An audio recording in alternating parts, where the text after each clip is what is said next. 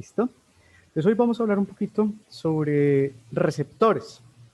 Este cuento de los receptores es más importante de lo que nosotros imaginamos. Hoy estamos en un embate precisamente pandémico por una sencilla razón, porque hay una serie de mecanismos a nivel de la naturaleza, como por ejemplo microorganismos que se encuentran inmersos, normalmente hablando, y que tienen la potestad de, a través del tiempo, adaptarse genéticamente para reconocer, quizá, pues llamémoslo así, algunos candados con los que ellos se pueden ligar directamente en algunos tipos de células hospedadoras. No solamente es algo dependiente de patógenos, sino, por ejemplo, pueden ser células que se encuentran modificadas con algún tipo de problema, como por ejemplo células en estado neoplásico, en células en estado con mitosis anormal, que puede ocasionar un desequilibrio en los organismos, dando como resultado algún tipo de reacción inmune. Hay algunos alimentos, por ejemplo, que pueden ser alimentos, fármacos, que pueden ser llamativos para el sistema inmune, a pesar de no ser patógenos. Entonces, los receptores básicamente son estructuras glicoproteicas que a través del tiempo han evolucionado relativamente poco, es decir, son estructuras conservadas que tienen, eh, que tienen los microorganismos la capacidad, digamos, evolutiva de adaptarse por diferentes tipos de situaciones. A través del tiempo, y eso es para que lo entiendan supremamente bien, al ver esta diapositiva, los microorganismos han evolucionado mucho antes de la llegada de los primeros animales sobre la faz de la Tierra. Y a través de los billones de años, algunos organismos propios, como por ejemplo los quirópteros, han coevolucionado con algunos tipos de patógenos. Los quirópteros llevan sobre la faz de la Tierra aproximadamente 60 millones de años, muchísimo más tiempo que lleva el primer Homo sapiens en este planeta. Los Homo sapiens solamente llevamos 400.000 años aproximadamente. Entonces se ha demostrado que esa coevolución con patógenos hace que este tipo de animales se adapten al ser hospedadores a través del tiempo de forma natural y a enfermarse poco o nada de esos mismos patógenos. En la naturaleza hay muchos patógenos, como por ejemplo Rickettsia rickettsii, que puede afectar a los humanos gravemente, pero prácticamente a los capibaras no les hace absolutamente nada, no les hace nada, absolutamente nada. Bueno, tenemos los quirópteros que sufren, por ejemplo, o más bien, no pueden transmitir lisavirus, rabia, y ellos pueden sufrir lisavirus, sí, eso ya está determinado por artículos científicos, sino que el transcurso de la enfermedad tiende a ser supremamente lento, mucho más lento que lo que sucede, por ejemplo, en un mamífero como por ejemplo un humano. Entonces, en la naturaleza han existido habitualmente un sinnúmero de bacterias, virus, hongos, parásitos y protozoos que a través del tiempo por, digamos, procesos de mutación génica, genómica o cromosómica, han coevolucionado para poderse adaptar a nuevos hospedadores. Un ejemplo, ya para que todos ustedes más o menos entiendan el asunto, es que cuando hemos hablado de los retrovirus humanos, estos retrovirus humanos, por ejemplo, el VIH, se ha determinado que los primeros organismos o los primeros humanos con VIH se encontraron en unos congeladores en Kinshasa, en la República Democrática del Congo.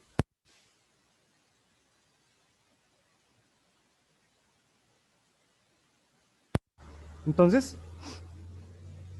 lo que sucede es que hacen PCR de esas muestras de sangre que están congeladas hace muchas décadas atrás y se percatan que los primeros pacientes que provenían de esta región geográfica también provienen de actividades donde se utiliza la fauna silvestre para algún tipo de uso, para algún tipo de fin.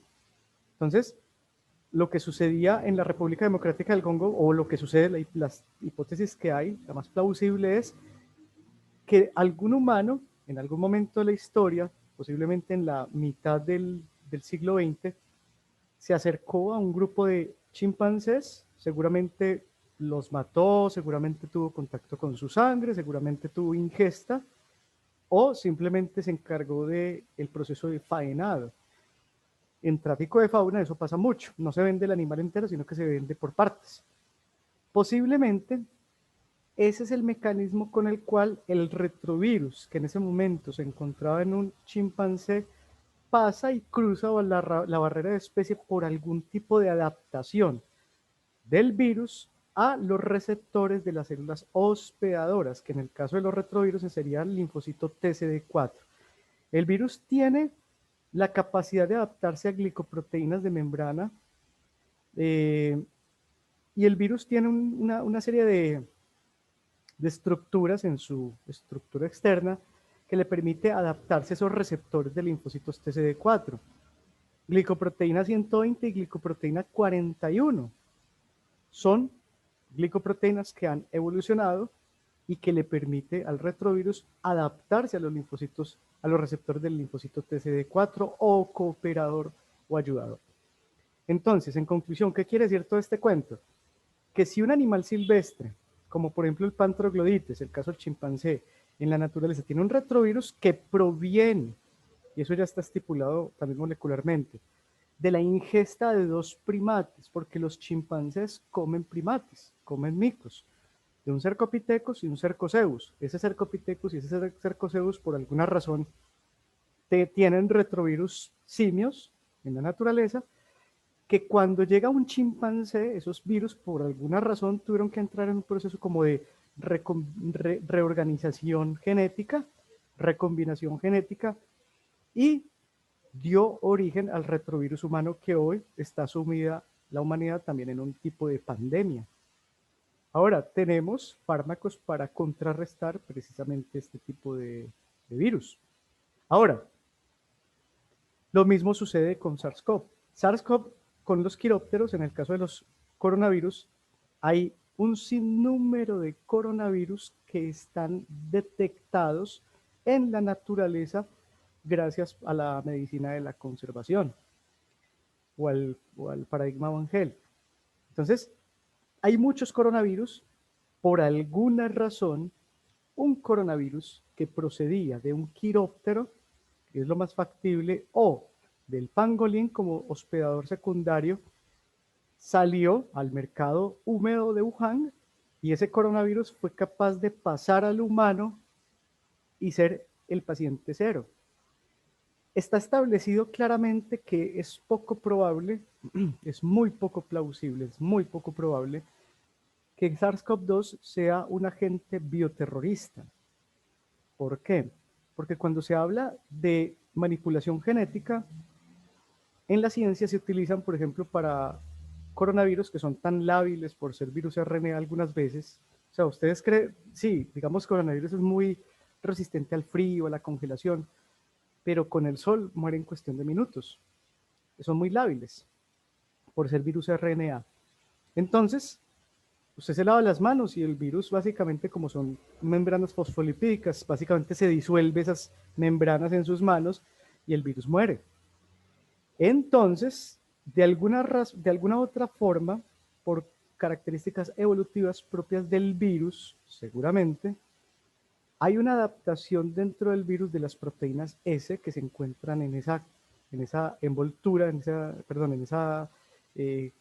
esa cápside, que se llaman las proteínas S o proteínas Spike. Es decir, hay una adaptación a nivel del gen que expresa la proteína S y permite una rápida adaptación a unos receptores que se encuentran en los humanos, bueno, algunos animales como por ejemplo felinos. O sea, parece que los cérvidos también son muy susceptibles, y primates, por supuesto, que se denomina la enzima convertidora de la angiotensina 2. ¿Dónde está esa enzima? Perdón, ¿dónde está ese receptor? Receptor de la enzima convertidora de angiotensina 2 se encuentra principalmente en los neumocitos y en los enterocitos. Por lo tanto, SARS-CoV puede ingresar tanto vía aérea como vía digestiva. Es decir, si usted se come una empanada vieja donde el tipo que le vende la empanada tiene SARS-CoV-2, usted arranca con un proceso digestivo, porque el virus se acopla precisamente a esos receptores.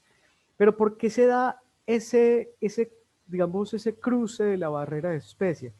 Si ustedes se percatan en este diagrama, pues no hay mucho que, digamos, que darle al asunto. Todo este tipo de situaciones se dan por efectos antrópicos sobre los ecosistemas faunísticos. Y al darse esta situación por defragmentación de hábitat, por tráfico de fauna, por uso de la fauna silvestre de manera indiscriminada, o por ejemplo, lo que va a suceder con el cuento del calentamiento global, y ahí se los voy a dejar como en la mesa para que lo vayan analizando, hay una estructura, espero decirlo bien, una zona geográfica, una estructura geográfica que se llama el permafrost. El permafrost es una gran zona enorme, millones de kilómetros en Siberia, que está cubierto principalmente, es como una especie de grandes pantanos, para que me entiendan, hay altísima materia orgánica, pero está cubierta de una gruesa capa de hielo. Esa capa de hielo se está debilitando y se está cada vez más por calentamiento global derritiendo. ¿Qué pasaría entonces si una cantidad de bacterias que se encuentran naturalmente en el permafrost, que hace millones de años no han vuelto a salir a la humanidad, salgan otra vez de ese permafrost que está ahí, tapado por el hielo, pero que por calentamiento global seguramente van a volverse a exponer?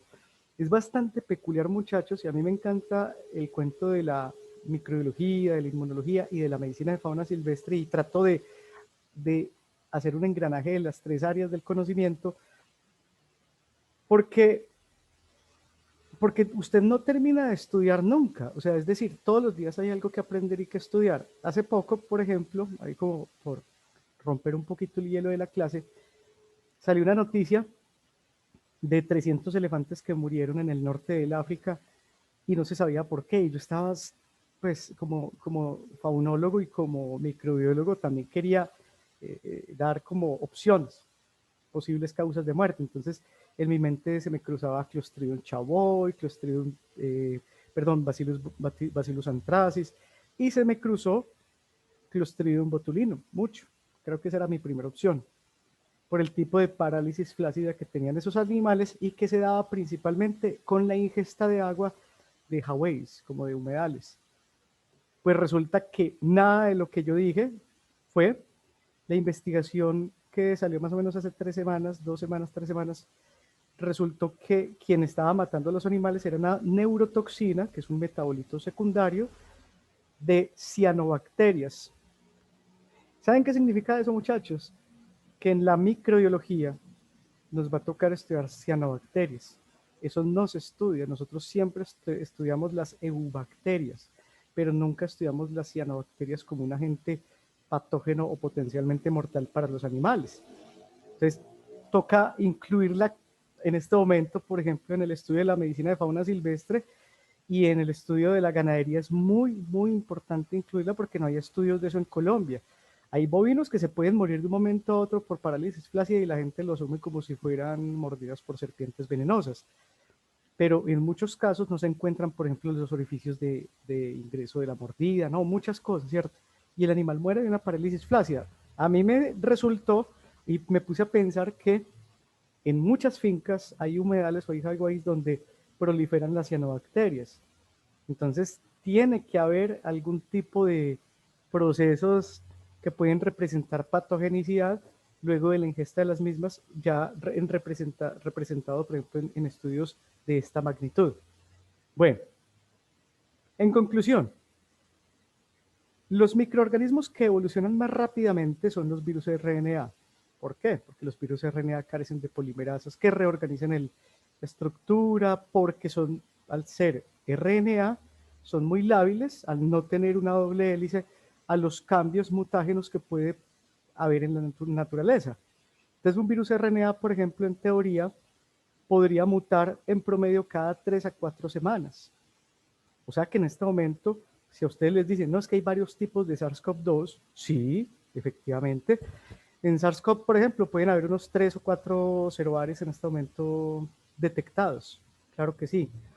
Por fenómenos que ustedes en la microbiología los estudiarán, que se denominan el drift o el shift antigénico en algunos casos, por ejemplo en los influenzavirus, que son cambios conformacionales o muy pequeñitos a través de los años, o cambios ya muy dramáticos, por ejemplo, un H1N1 deja de ser H1N1 para volverse H5N7, por ejemplo. Entonces la proteína H del virus, que es una hemaglutinina, ya no es la 1, sino que cambia por una hemaglutinina 7. Y la neuraminidasa, que es la N, que es otra proteína de la envoltura de los influenzavirus, puede cambiar por una HN7 o HN1 y así. Básicamente esa es la forma en que un virus cambia, principalmente por procesos de mutación. Entonces, eso pues ustedes lo estudiaron en biología celular. No voy a extenderme en este asunto, pues ustedes ya se saben este asunto. Todo el material nucleotídico de una célula puede cambiar por diferentes razones. Ese material nucleotídico, al cambiar, solamente un nucleótido cambia una tripleta de aminoácidos y cambia perfectamente una proteína en cuestión. Entonces, los cambios dramáticos que se pueden dar en promedio cada 30, 40, 50 años se denominan se denominan shift antigénico, y ese shift antigénico es un cambio ya conformacional muy grande que da como resultado, en muchas ocasiones, la creación de una nueva especie para la naturaleza. Todo lo que ustedes ven acá en este videíto son las posibles formas de cambios del DNA que ustedes ya reconocen. Sustitución, inserción, deleción, combinación, duplicación, inversión, translocación, transposición, que tienen que ver o con asuntos de tipo evolutivo o asuntos de tipo mutágeno.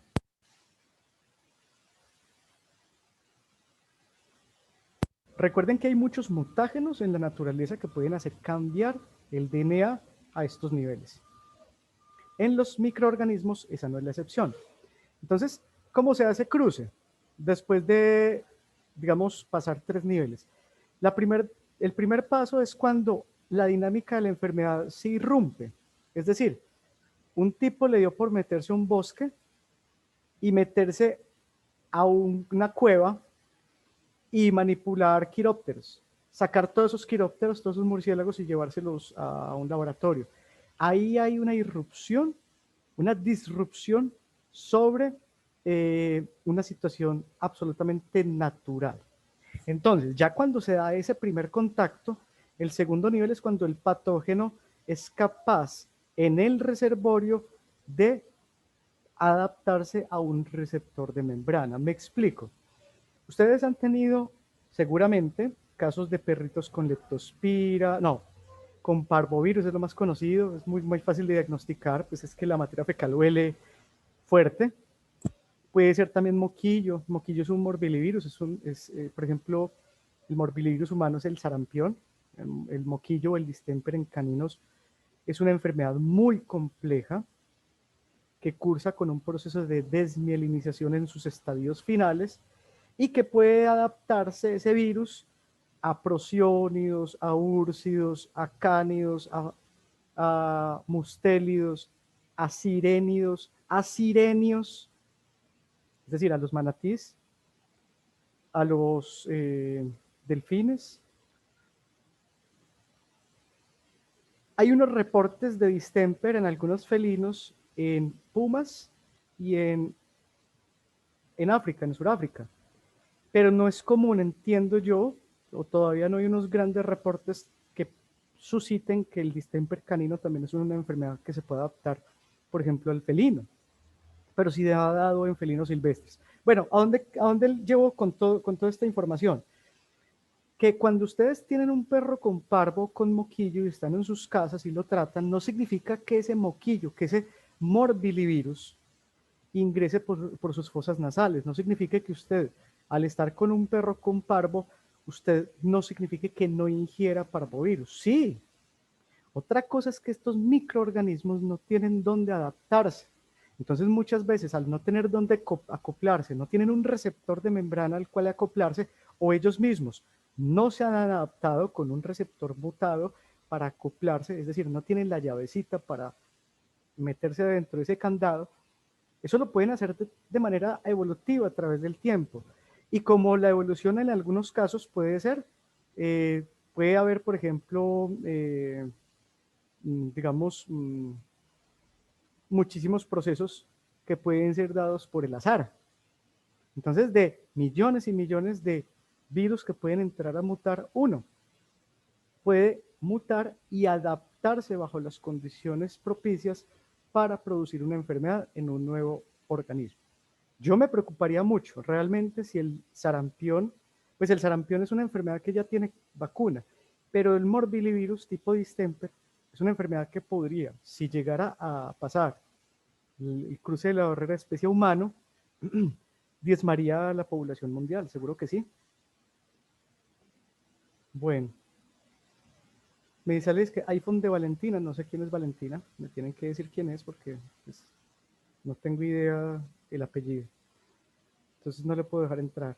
El tercer nivel es un nivel básicamente donde ya hay una adaptación genética del microorganismo y hay una adaptación genética, bueno, adaptación genética no, hay una imposibilidad inmunológica y fisiológica de descartar el hospedador y el hospedador, perdón, el patógeno, y el hospedador se adapta bajo condiciones propicias para el patógeno, como por ejemplo la inmunosupresión, la separación de barreras internas, por ejemplo, por quemaduras, por abrasiones.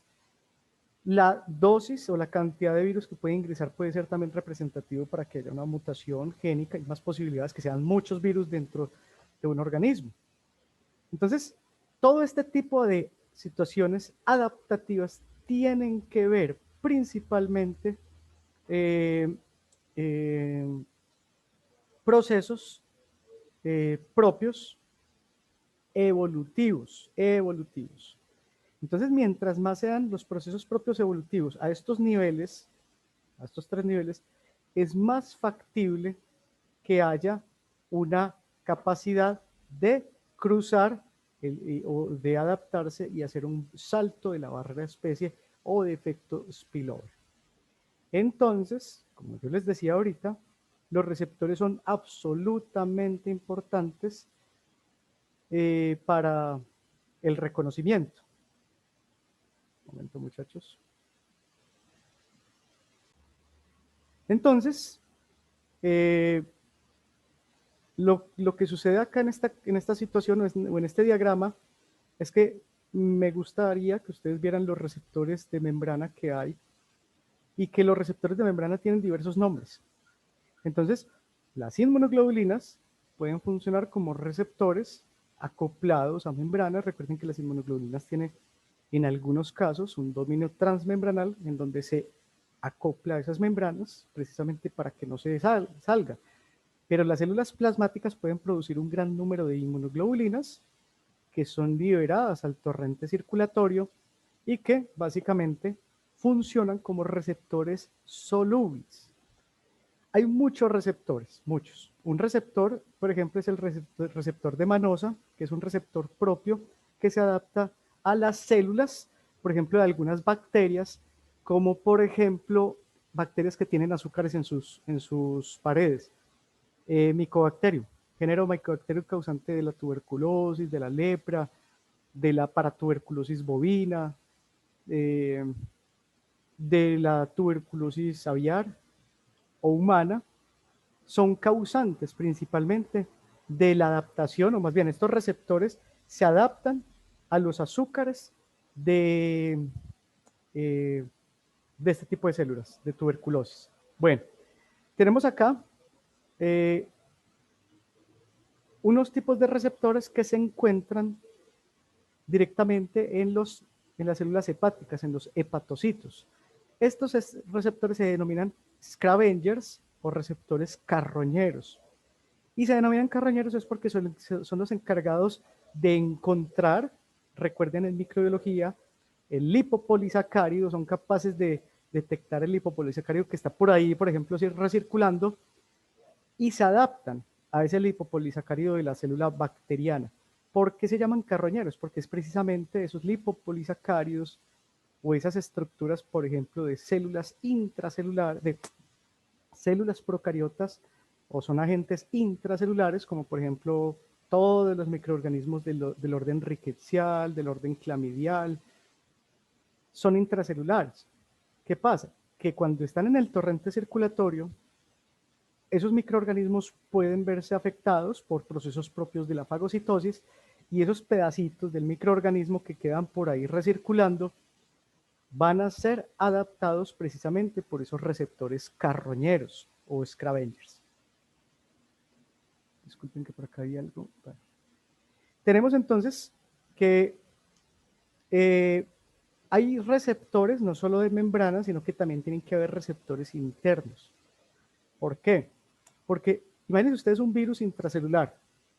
El virus no es capaz de replicarse si no es dentro de una célula hospedadora. Siempre, cualquier virus tiene que incluirse dentro de una célula.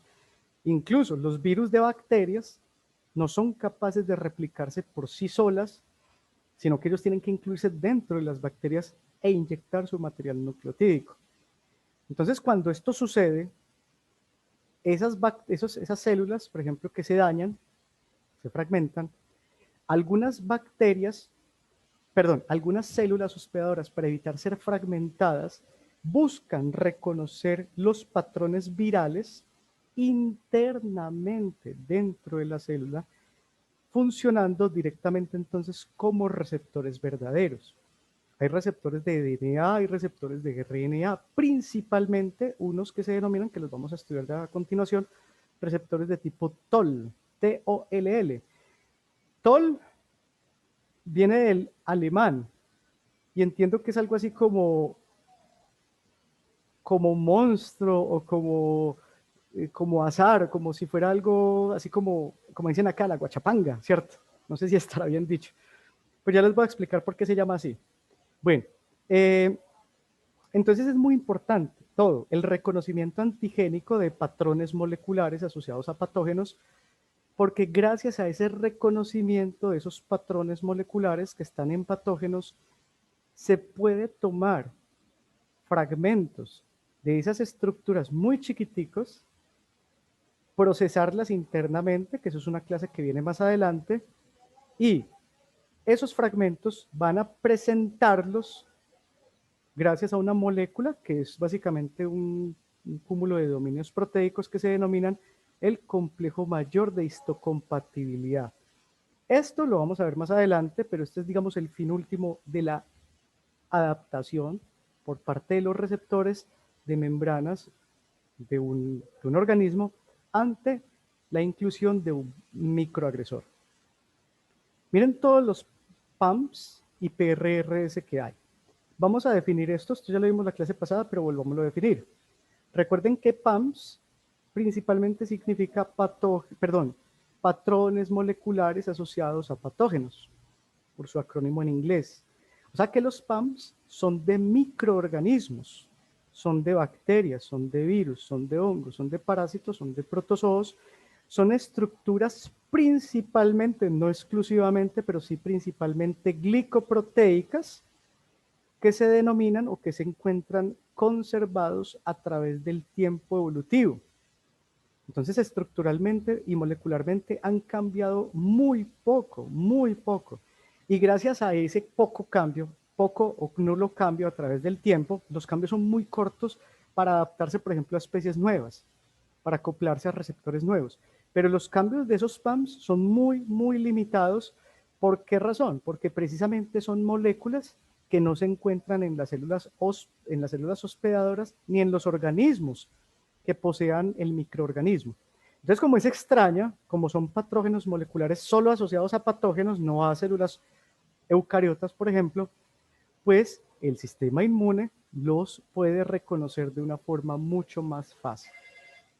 Entonces, si ustedes ven aquí, por ejemplo, tenemos PAMs típicos, como por ejemplo, estos son dímeros de citosina guanina, que son generalmente metabolitos secundarios que se dan principalmente por procesos de destrucción de patógenos, por ejemplo. Bueno, pero tenemos otro tipo de, digamos, de PAMs muy comunes, como por ejemplo el DNA o el RNA viral, son PAMs. Las micobacterias tienen, por ejemplo, algunos tipos de azúcares, y esos azúcares se adaptan a los receptores de manosa. Uno de los azúcares, recuerden, yo no sé si ustedes ya vieron esto en microbiología, pero deberían irlo estudiando, el Mycobacterium tuberculosis, el Mycobacterium bovis, el Mycobacterium avium, subespecie para tuberculosis, el Mycobacterium avium, el Mycobacterium lepre y tal vez el Rhodococcus también, no sé el Rhodococcus. Rhodococcus es una entidad típica de equinos que produce una serie de tumefacciones y un tipo de infecciones crónicas que generalmente terminan por matar al potro. Es muy común en el área metropolitana del Valle de Aburrá. Aquí hemos tenido casos en la ensayista de Rhodococcus equi en potros. Y lastimosamente sacarlos de ese embate es muy difícil. Se utilizan, por ejemplo, rifampicinas y unos fármacos muy fuertes, pero son animales muy inmunocomprometidos. Entonces, esos microorganismos tienen una estructura muy compleja. De hecho, eso es una de sus formas de resistencia antibiótica, es que ellos, la tuberculosis, por ejemplo, son bacilos que se llaman bacilos ácido alcohol resistentes, porque precisamente esa membrana que tienen, esa estructura, esa pared celular, tienen unos azúcares que se llaman arabinomanano o arabinogalactano, que están empotrados enormemente en esa pared celular y que les da la posibilidad entre los micobacterios de acoplarse entre ellos. Ellos se pegan así como si fuera un racimo de uvas, y por eso es tan difícil el proceso de fagocitosis. Por eso es que son infecciones de tipo crónico. Y esos azúcares son un gran componente inmune para la recepción o para el reconocimiento más bien antigénico por parte de receptores de azúcares, receptores de manosa. Tenemos que las bacterias gram positivas tienen ácidos teicoicos, ácidos lipoteicoicos. Muchas de esas bacterias pueden tener, por ejemplo, flagelos. En los flagelos existe la flagelina, que es una proteína con capacidad, inmunológicamente hablando, de reconocimiento. Tenemos de las bacterias gram negativas, el principal agente causal, por ejemplo, de la a ver, vamos a diferenciar dos conceptos ya, muy importante. Tenemos el concepto de endotoxemia y el concepto de exotoxemia. Hablan que la exotoxemia se da por la liberación exacerbada de metabolitos secundarios de bacterias gram positivas. Generalmente se da como procesos, por ejemplo, de la administración de antibióticos a pacientes fermentadoras anteriores o posteriores, que hace que esas bacterias mueran. Entonces se destruyen, no solo se destruye la bacteria que usted quiere tratar, sino que se destruyen también las que hacen parte de esa microbiota comensal. Y eso ocasiona básicamente tormentas de citoquinas internamente. Lo mismo sucede con el lipopolisacárido. El lipopolisacárido es uno de los principales componentes causantes, pero ya no de la exotoxemia, sino de la endotoxemia. Y ese lipopolisacárido, cuando, por ejemplo, hay bacterias también a través o a nivel de los sacos ciegos, por ejemplo, en un conejo, en un ratoncito, y usted le pone un macrólido como antibiótico, esas bacterias mueren. Pues macrólido no sirve para gram negativos, perdón. Un antibiótico cualquiera, puede ser una cefalosporina, por ejemplo, que ese sí es de amplio espectro. Esas bacterias mueren y las bacterias ya no terminan matando al animal. Lo que termina matando al animal es todos esos lipopolisacáridos que están inmersos en el torrente circulatorio y que son reconocidos por estos receptores, entre esos, por ejemplo, los carroñeros, y produce un embate terrible de liberación de citoquinas y una exagerada actividad inmunológica que conlleva o que da a que el animal muera principalmente por shock. Endotoxemia, en el caso de gram negativos. Los hongos tienen unas estructuras muy típicas que se llama el zimosano. El zimosano es reconocido principalmente por receptores de manosa, receptores tipo TOL. ¿Qué son los receptores tipo TOL? Bueno, es un tipo de receptor, igual que los receptores tipo NOD. Hay receptores, hay digamos que usted tiene la forma de clasificar los receptores de diferentes formas. Entonces tenemos receptores que se encuentran inmersos en membranas, en citoplasma, o receptores secretados. Los secretados ya habíamos hablado un poquito sobre eso, ¿cierto? Principalmente son las inmunoglobulinas o las lectinas. Las lectinas son estructuras que hacen parte, lo vamos a ver también en una clase más adelante, de una de las cascadas del sistema de complemento. Que el sistema de complemento, recuerden que yo les he dicho y vamos a verlo más adelante. Yo sé que ustedes ahorita están como, ¿qué es esa vaina? Yo lo he dicho ya varias veces, complementa el accionario inmunológico y ya lo vamos a ver más adelante. ¿Qué tiene de importancia esos receptores de reconocimiento antigénico que son secretados? Pues que funcionan principalmente como opsoninas, que están en la circulación y que lo que van a hacer es potenciar enormemente el proceso fagocítico. Básicamente eso es lo que va a hacer. Bueno, los receptores de membrana son muchos. Están los de meanosa, los Scavengers, los receptores de lipopolisacáridos y los receptores de tipo TOL. Los receptores citoplasmáticos, hay unos receptores que buscan o que requieren usarse en el caso, por ejemplo, de estructuras virales, porque, como yo les decía, los virus dejan su componente antigénico inmerso en el citoplasma. En el momento de la fusión, de la internalización del virus con la célula hospedadora, las membranas se fusionan entre sí. Entonces la partícula viral queda libre, una serie de proteínas, algunas dependiendo del virus quedan libres también en el citoplasma, y allí tienen que haber receptores que reconozcan ese material nucleotídico como algo completamente extraño. Bueno, tenemos los receptores de los linfocitos NK, que son básicamente estructuras que hacen parte de la superfamilia de las lectinas, que esto lo vamos a estudiar más adelante, y que tienen actividad generalmente de activar o de inhibir células propias. Una de las particularidades es, por ejemplo, que los linfocitos NK pueden reconocer las células propias, pero que tengan algún tipo de patrón de modificación, como por ejemplo, cuando hay una célula, por ejemplo, en estado cancerígeno, entran procesos de señalización que hacen o que reclutan, más bien, o que sintetizan citoquinas para el reclutamiento de linfocitos NK. Y los linfocitos NK lo que hacen es acercarse a esas células que están malas. Muchas células, por ejemplo, cancerígenas, tienen 10 núcleos, 12 núcleos, son células supremamente anormales. Cuando llega el linfocito NK y reconoce membranalmente que con su receptor, que esa célula es una célula propia, pero está anormal, y eso se lo puede darse generalmente porque a nivel de los fosfolípidos hay algunos mensajes, se voltean, cambian de posición. Y esos mensajes es lo que también recluta ese posicionamiento erróneo de una célula considerada normal.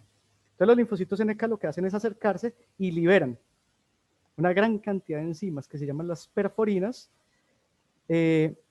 y otro tipo de enzimas que van a destruir principalmente los poros de las células cancerígenas, controlando el accionar, por ejemplo, de una célula mitótica en mal estado.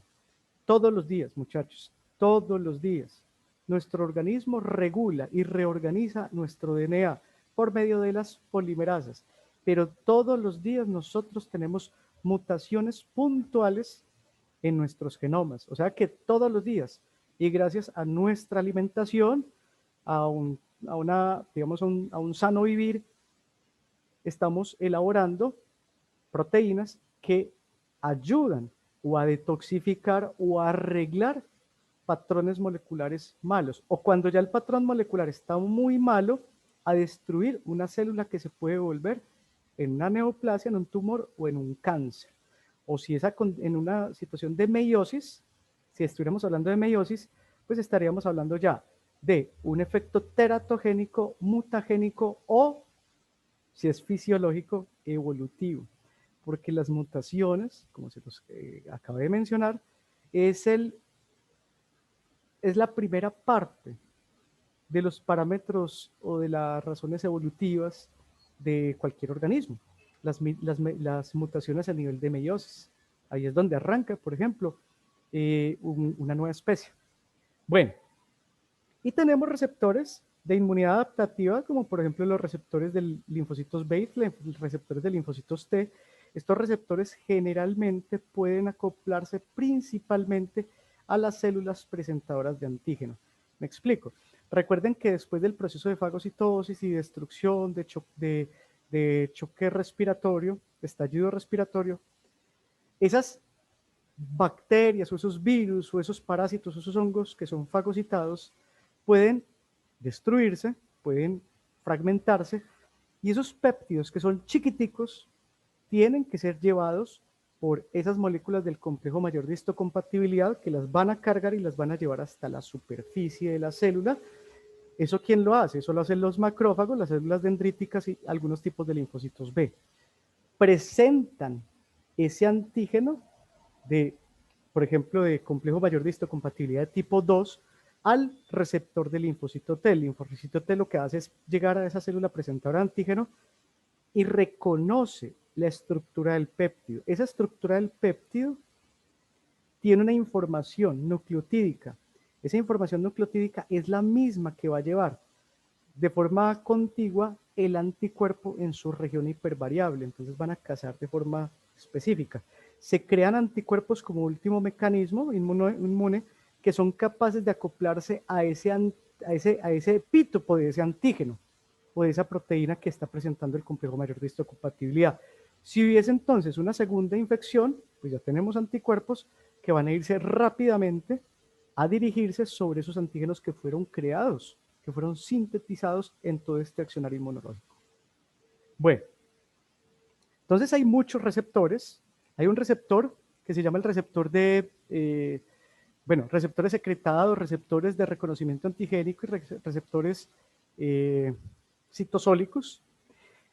Los receptores secretados, como yo les decía a ustedes, pueden ser, por ejemplo, los anticuerpos, pero también pueden ser las proteínas.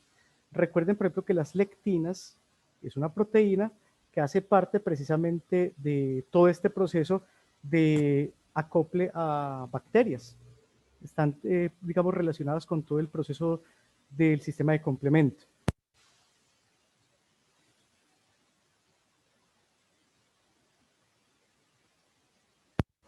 Las proteínas C reactiva es una proteína muy importante en el ámbito diagnóstico médico clínico, no molecular, sino clínico veterinario. Habitualmente los veterinarios la envían, la mandan, porque es una proteína que aumenta sus concentraciones séricas cuando hay inflamación aguda. Entonces aumenta, pero de una forma muy poco específica. Entonces usted lo que hace es, por ejemplo, mandar proteína C reactiva y si está alta, significa que hay un proceso inflamatorio de algún tipo de índole. Hay proteínas que aumentan. Entonces, por ejemplo, cuando usted manda proteínas plasmáticas, que es insisto, en la patología clínica ustedes les van a enseñar muy bien eso, ahí está la albúmina, las globulinas, pueden estar las proteínas reactivas. Esas proteínas en un patrón infeccioso tienen que verse aumentadas, a no ser pues que el animal esté hipoproteico. Pero si están aumentadas es porque está creando, está sintetizando anticuerpos o está formando principalmente o está liberando estas proteínas que provienen desde el hígado como mecanismos de detoxificación para procesos propios en inflamación. Las ficolinas son proteínas de defensa, son oligómeros dominios semejantes al fibrinógeno. Son capaces principalmente estas estructuras de producir señales de peligro, como por ejemplo patrones moleculares asociados no a patógenos, pero sí a células que están bajo condiciones apoptóticas. En membranas, entonces tenemos por ejemplo los receptores Scavenger, que ya los habíamos hablado ahorita, se encuentran en el hígado principalmente, en los hepatocitos, y principalmente se encargan de reconocimiento de lipoproteínas, de gram negativas. Los receptores tipo TOL, que ya los vamos a ver, son 10 tipos más o menos, esto también lo vamos a ver más adelante, las lectinas, y los receptores citosólicos también los vamos a ver, sobre todo el tipo NOD. Estos receptores inducibles al ácido retinoico están principalmente representados en algunas estructuras donde hay células mesengiales, específicamente en el riñón, allí es donde se dan estos procesos. Bueno, Y los receptores de tipo NOD son receptores intracelulares, principalmente intracitoplasmáticos. Entonces, no me voy a extender mucho en esto, porque, digamos, pues esto no es importante que nos lo aprendamos, a no ser que estudiésemos a nivel de posgrado. A nivel de pregrado es importante, desde mi punto de vista, ver que en cada célula diana, es decir, una célula como por ejemplo un patógeno, una célula nucleada que esté en mal estado, o una célula dendrítica que tenga algún tipo de información, ¿cierto? Este es de adaptativa, este es de innata. El patógeno puede ser reconocido por ligandos o por por PRRS, entre esos inmunoglobulinas, complemento, que opsonizan al patógeno. En el caso de DNA, lipopolisacáridos, pares polisacáridos, pues lo que va a suceder es que hay unos receptores nativos para cada una de estas estructuras. Estos son procesos de opsonización. Ahora, estos son los receptores, el receptor de complemento y el receptor de las inmunoglobulinas se llama el receptor del factor de complemento. El receptor de la fracción cristalizable. Acuérdense que la porción FC en las inmunoglobulinas se llama fracción cristalizable. ¿Listo? Bueno. Y todo esto, ya cuando hay opsonización, pasa a la célula fagocítica o la célula dendrítica que se encarga principalmente de hacer todo el proceso de fagocitosis y de liberación de citoquinas para el reclutamiento de nuevas células en la zona donde se encuentre la afectación. Sin embargo, como yo les decía, hay procesos propios que hacen parte de la creación o de la formulación o de la síntesis más bien de anticuerpos y tienen que ver precisamente con esta molécula, con el complejo mayor de histocompatibilidad. Insisto, lo vamos a ver más adelante, de esto no vamos a hablar mucho, esta diapositiva podemos repetirla más adelante.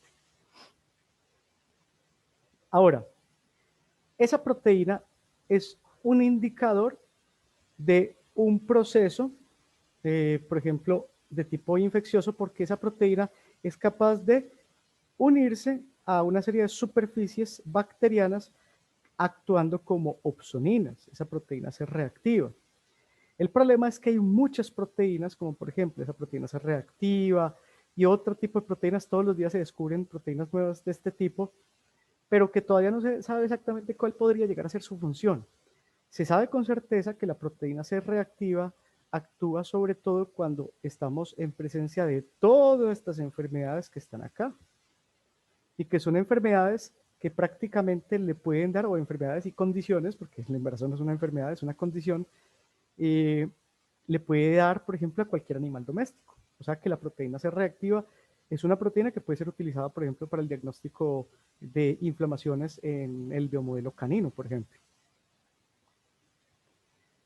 Esto lo vemos en la clase de complemento. Estos receptores de lectina, que son así, miren qué bonitos son, al final hace que la bacteria se produzcan unas estructuras como unos embudos que se llaman el complejo de ataque a membrana, que lo que hacen es básicamente dañar la estructura de la membrana, que hace que haya un intercambio, digamos, de concentración externa con la interna y básicamente la bacteria se puede dañar de esa forma.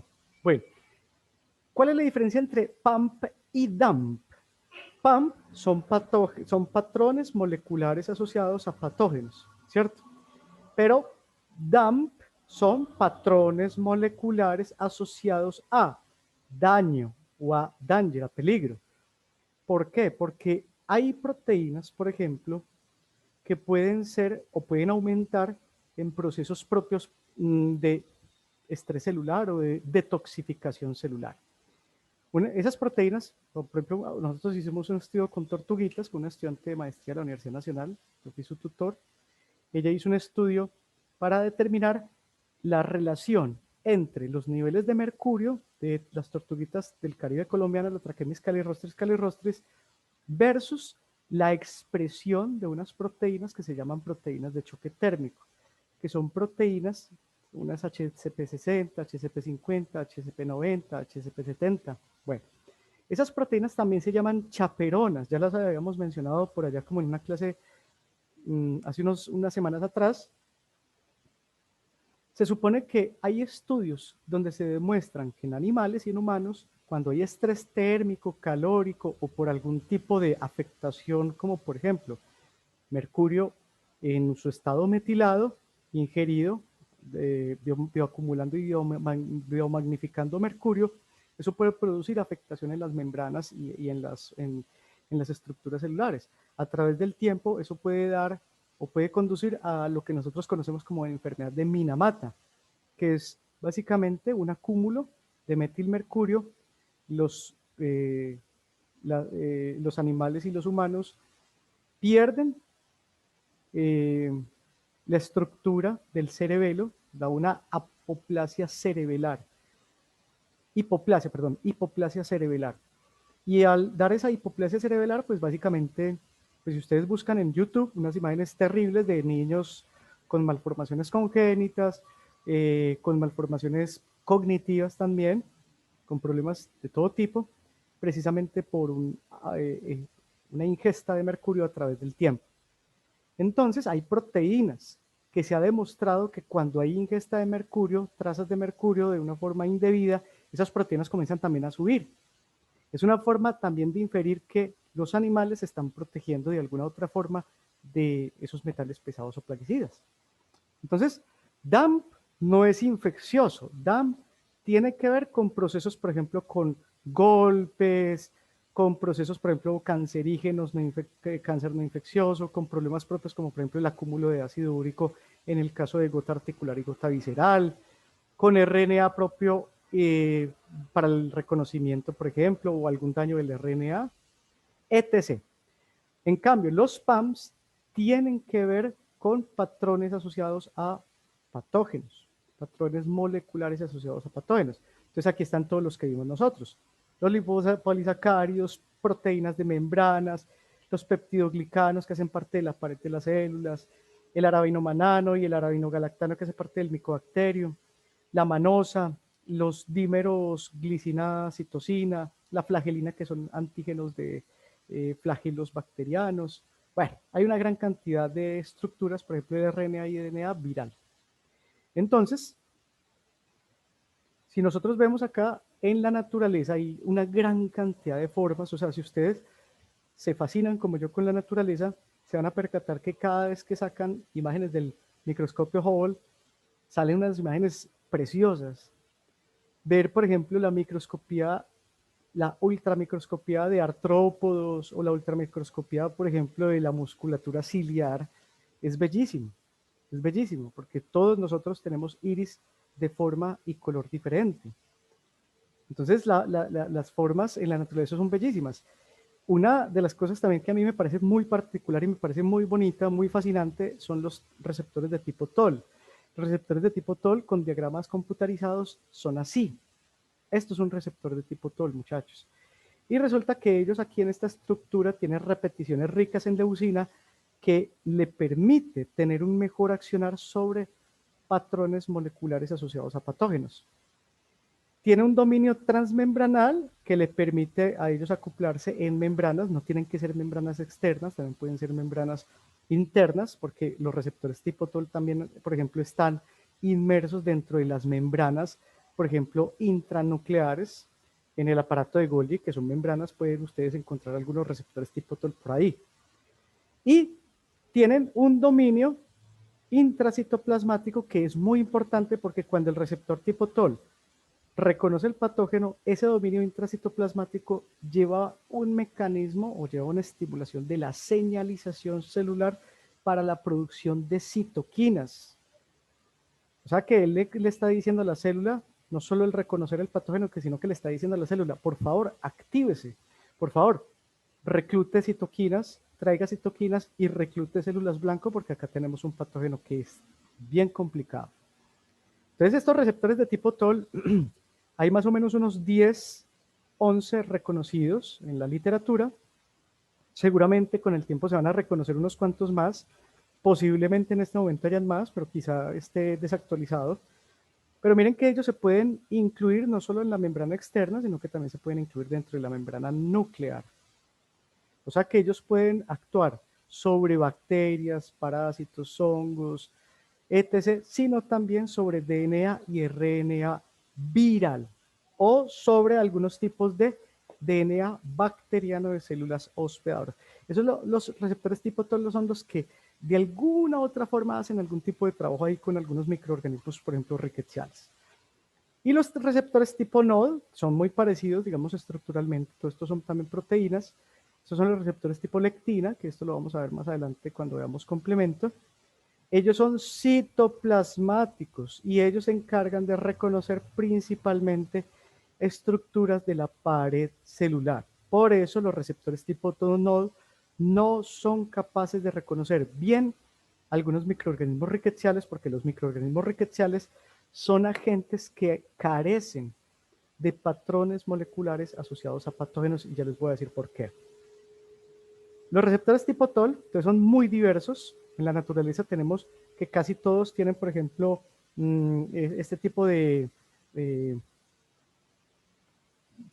dominios transmembranales.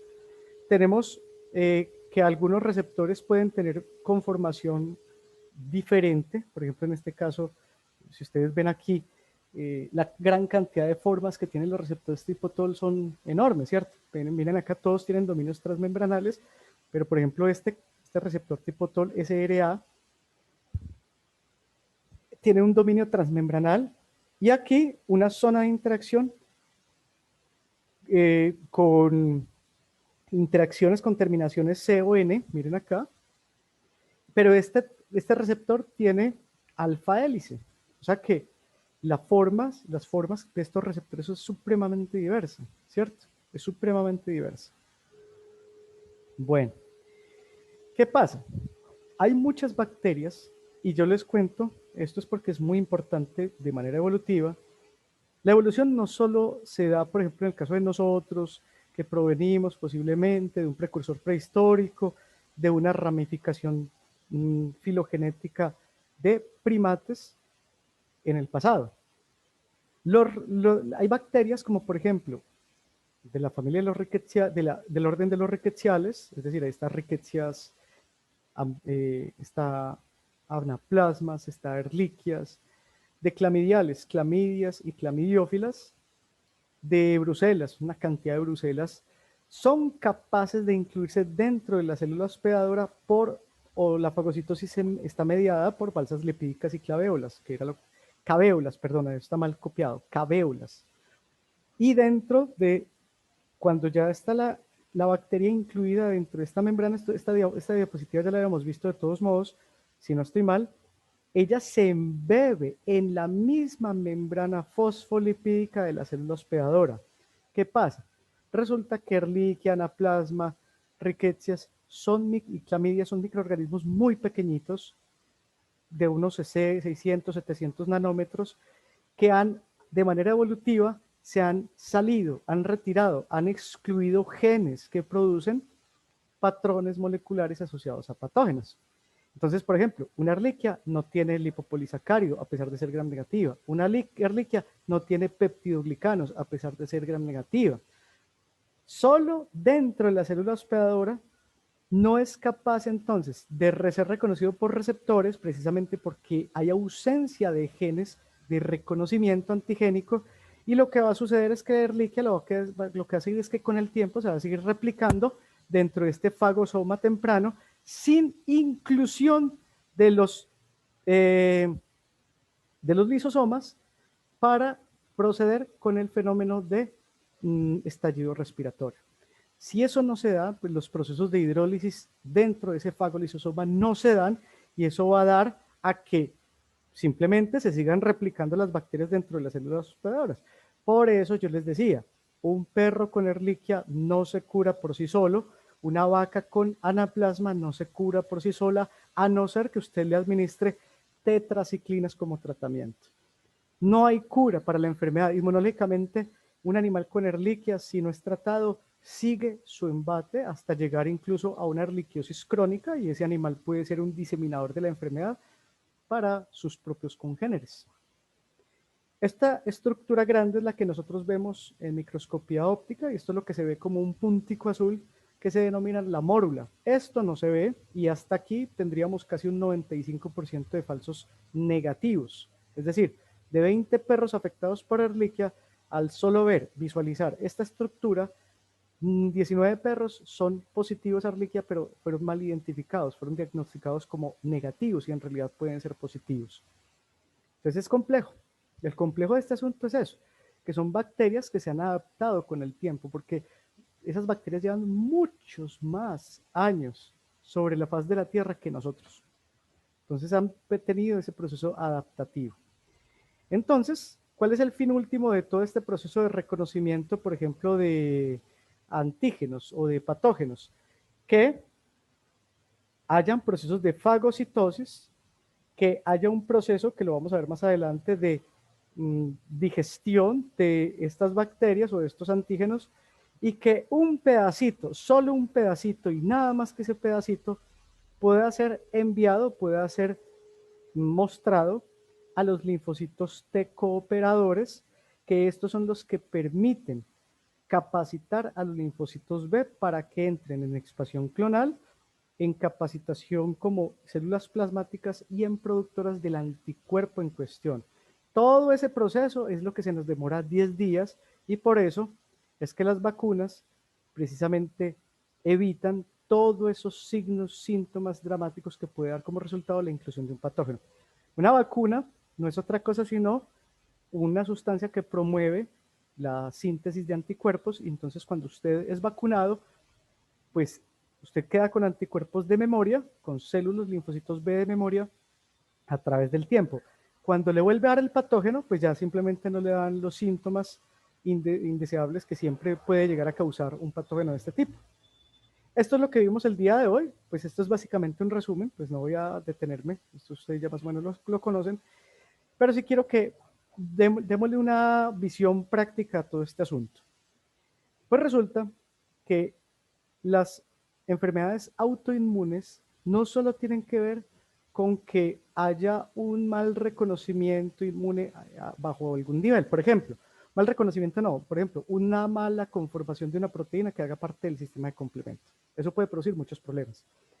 Pero una de las principales enfermedades autoinmunitarias en humanos y en perros, y en gatos no lo sé, pero sí en perros sí lo sé, en gatos no lo sé, es el lupus eritematoso sistémico. El lupus es una entidad que ocasiona que los linfocitos T no sean bien preparados a nivel del timo y que sean capaces de producir una serie de receptores que son capaces de acoplarse al DNA de una persona o de un animal. Entonces, cuando comenzamos a ver una proteína que daña nuestro propio DNA, pues estamos en presencia de una enfermedad de tipo autoinmune, básicamente, es eso. Entonces es una enfermedad autoinmune y yo les digo acá, y a los que presentan acá familiares, ustedes mismos enfermedades autoinmunes, son muy problemáticas, porque es bastante curioso que gran parte de los tratamientos en estas enfermedades es precisamente inmunocomprometer a la persona. Uno inmunocompromete a la persona es porque precisamente se pueden formar patrones propios en el ámbito de la inmunología que se van en contra de nuestros propios tejidos, o sea que tenemos es que inmunocomprometer. Hay muchos fenómenos, por ejemplo, que causa el lupus eritematoso sistémico. Glomerulonefritis, puede causar, por ejemplo, pleuritis, pericarditis, el síndrome de Crest, que es un síndrome que se da, o fenómeno de Raynaud, es un fenómeno que se da como resultado de un aumento en la producción de colágeno y los endotelios se comienzan a cerrar, se comienzan a obstruir. Entonces los dedos, por ejemplo, de las personas que sufren de este fenómeno de Raynaud, no pueden lavarse las manos o no pueden lavar los platos con agua fría porque esos deditos se les comienzan a poner morados, morados y duros. El problema es la calcificación que va sucediendo a través del tiempo en tejidos, en las puntas de los dedos, en la punta de la nariz, en zonas generalmente con irrigación, digamos, distal, ¿cierto? Que sea distante. Entonces es complejo, porque una calcificación de esa se puede dar en cualquier musculatura y a cualquier nivel. Se ha demostrado, por ejemplo, uno de los principales signos del lupus eritematoso son estas estructuras que se denominan los lupus discoidales. Y esos discos, que es causado precisamente por ese rash maculopapular de que causa esta alteración autoinmune, causa como un enrojecimiento de los cachetes, ¿cierto? Y esas lesiones, esas estructuras circunscritas, es lo que le da el nombre de la enfermedad, como lupus, ¿cierto? Bueno, en perros es una enfermedad común, pero también muy difícil y muy mal diagnosticada. ¿Por qué? Porque lastimosamente los perros comienzan con este tipo de abrasiones a nivel de la trufa, comienzan con problemas articulares, generalmente son perros de razas puras, que son diagnosticados principalmente después de pasar por 10 veterinarios diferentes. Como última medida, un veterinario dice, esto puede ser una enfermedad autoinmune, toman una muestra de histopatología y se percatan que puede haber, por ejemplo, un cúmulo exacerbado de algunos tipos de linfocitos a ese nivel. Entonces, muchas veces, esas enfermedades autoinmunes en animales no son bien diagnosticadas, pero cuando se diagnostican y cuando se tratan, se pueden controlar. ¿Cómo? Por medio de los glucocorticoides, por medio de corticoides, inmunocomprometiendo al animal. Inmunocomprometiendo al animal. Entonces, miren que a muchos niveles, por ejemplo, se tiene establecido que el lupus eritematoso sistémico se da por una mutación en el gen que sintetiza Toll-like receptor tipo 9. Entonces el Toll-like receptor tipo 9 con problemas o con mutaciones de alguna forma pueden ser causantes o pueden ser desencadenantes, por ejemplo, de este tipo de enfermedades autoinmunes o consideradas autoinmunes. ¿Listo? Entonces es muy importante porque este sería nuestro primer, ¿cómo se llama esto? Nuestro primer acercamiento a las enfermedades autoinmunes. Bueno, muchachos, entonces, no siendo más,